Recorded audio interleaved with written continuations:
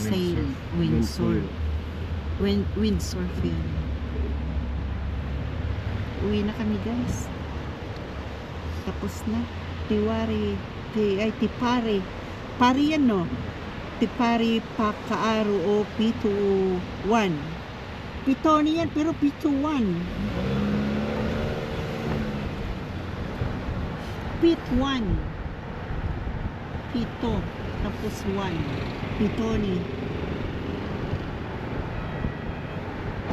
Pwede rin pala mag-ano dito ng truck eh. Food truck.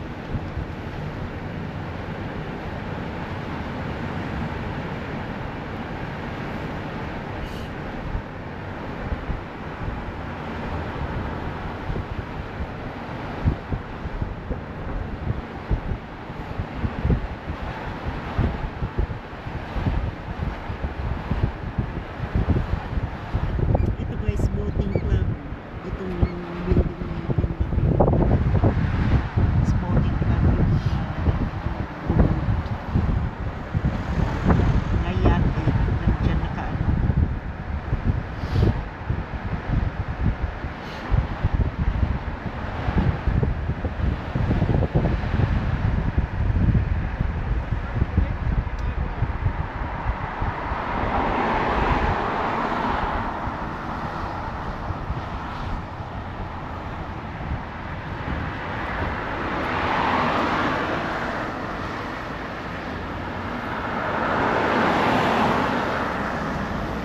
Sayang lang sinarado yung pitong dapat sila dating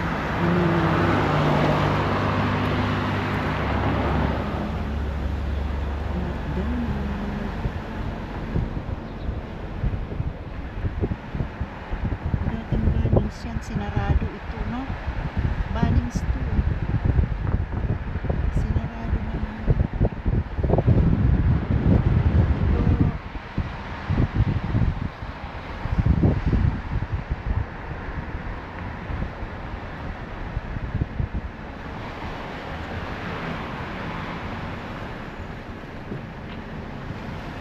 Dito guys, nandito residential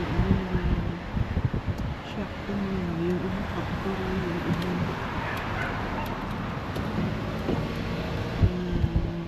shop, tindahan, mga commercial. Ito may ano pa, may space pa.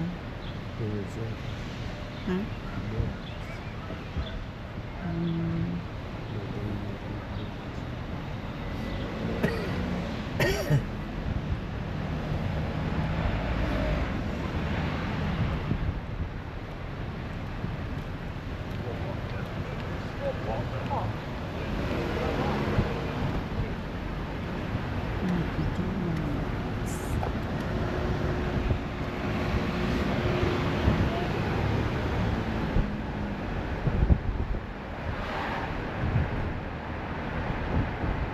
Sinipon ako guys din sa dagat. Buti na lang nakaganito ako. Kung hindi makakapag-video dun sa tabi ng dagat. Mahangin kasi yung hangin malamig. Buti na lang nakapag-winter jacket ako.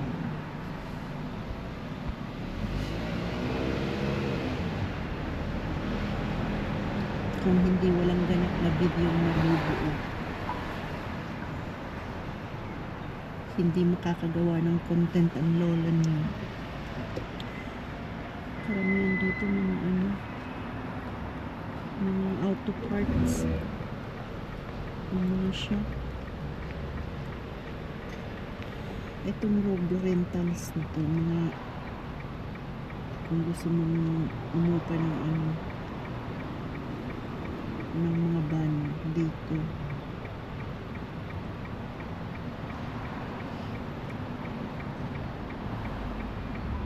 Yung bahay na yan, pinuntahan natin yan, di ba? Tasisel. Mga Pilipino nakatira dyan, di ba? Nag-iisang paupahan ng bahay, Pilipino pa sa tabi ng parang hindi komportable, no?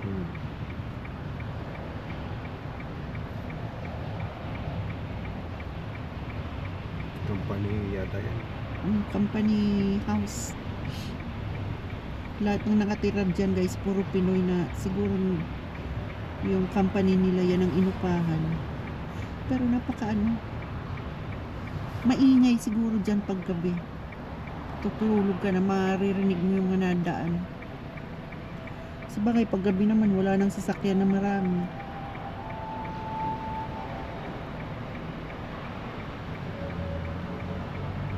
Kaibigan ni Sel yan eh. Yung mga yan.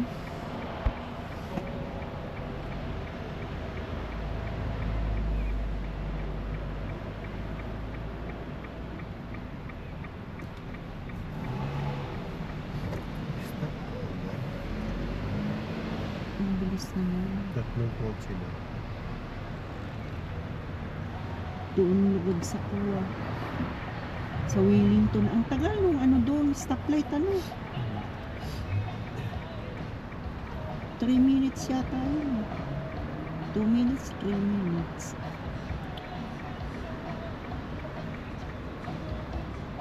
May tugtugan dyan oh. Naku, mukhang rinig na naman dito sa ano ko. Okay, isarado natin para hindi marinig. Pero parang Indian song naman yun eh.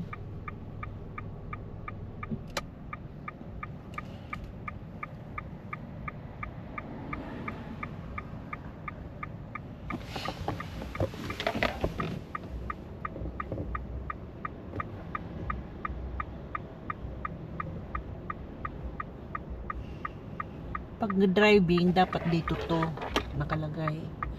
Tatanggalin dyan, tatanggalin to, kakabit yung ano dito. Alisin tong ano, handle. Try nga natin yung nandoon. Meron doon eh. Kasama nito. May pandikit din yun.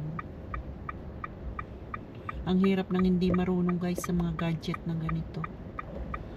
Pero napag-aaralan din yan. Yung pa ako pala, puro ano to, buhangin.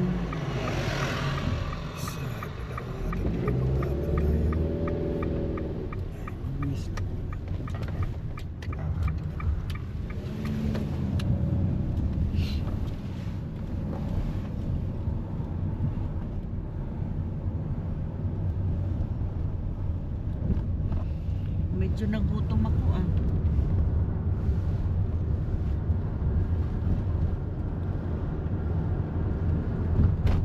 Hindi naman nailabas yung ano. Bili tayo pechay at saka ano. Ano pa ba yun? Pizza. Ha? Pizza lang naman. Pepino? Medyo makakalimutin ngayon ah. Pechay at pepino. Mahirap, mahina. Nararamdaman ko mahina ang pick up ng ano, memory ah.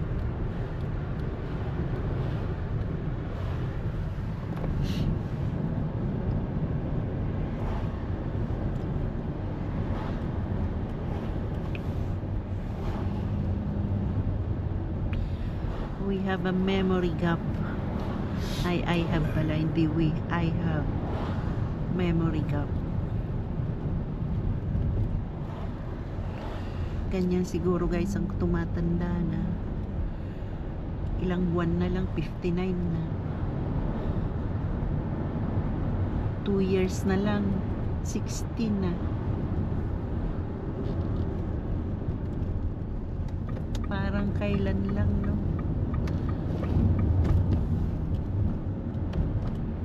Dati teenager pa lang. Ngayon thunders na. Kuwang na.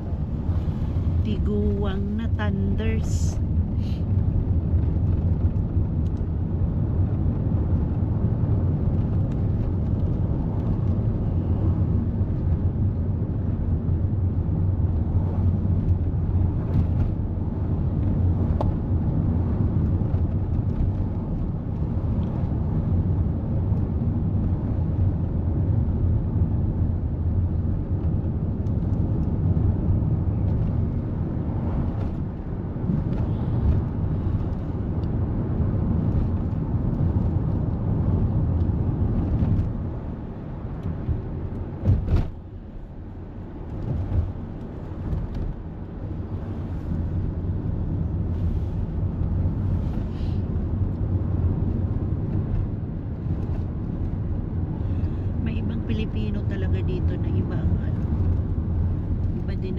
behavior pag andito na sa New Zealand. O talagang ganun sila. Dami talaga dito. Magmula nung doon pa sa Pilipinas. Kasi may Pilipino doon mag-asawa eh.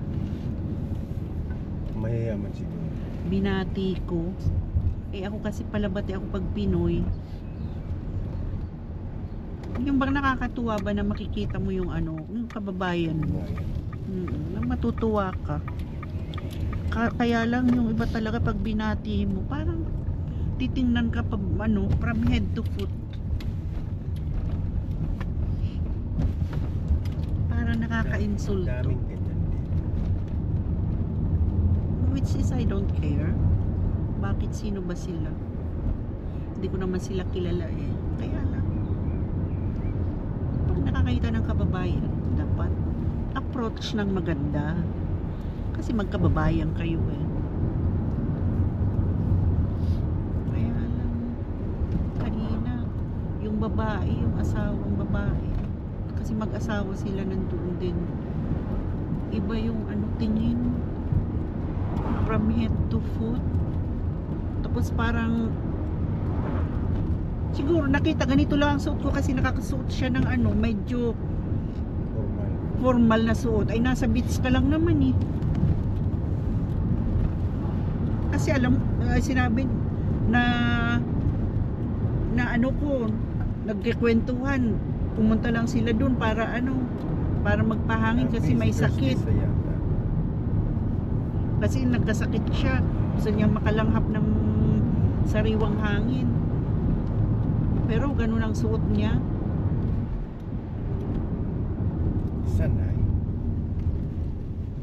Uy, I don't care.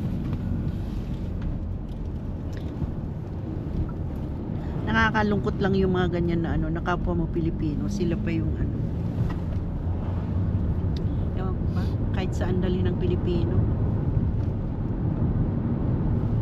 Kasi ako ganun ako pag nakakita ako ng kababayan eh, babati talaga ako.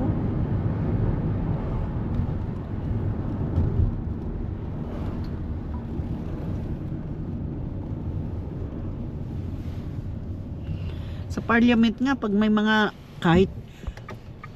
kahit mga matataas ang posisyon, tapos sa pumasyal sa parliament ng mga ano, visitors na galing Pilipinas, ay lumalapit talaga ako. Awa ng Diyos, nakikipagkwentuhan naman. Pag nalaman nilang doon ako nag-work, natutuwa din naman sila.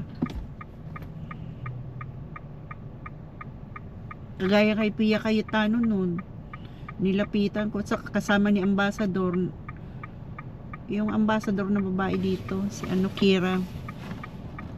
Oh, nagpagkwentuhan pa, nagpicturan pa.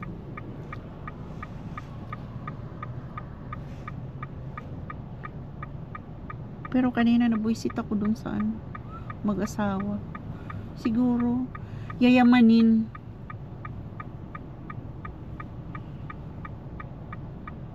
Yayamanin dun sa Pilipinas, pumunta dito, lalong yumaman. Lalong tumaas.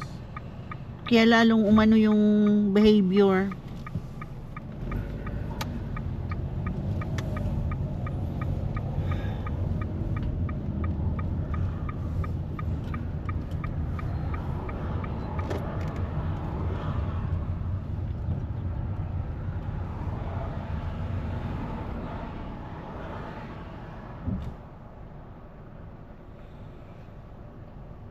Hanggang dito na lang uli guys. Like and share po and comment. Click the notification bell po para updated po kayo sa aking munting vlog. Pa-subscribe na rin po. Maraming salamat po. God bless everyone. Bye.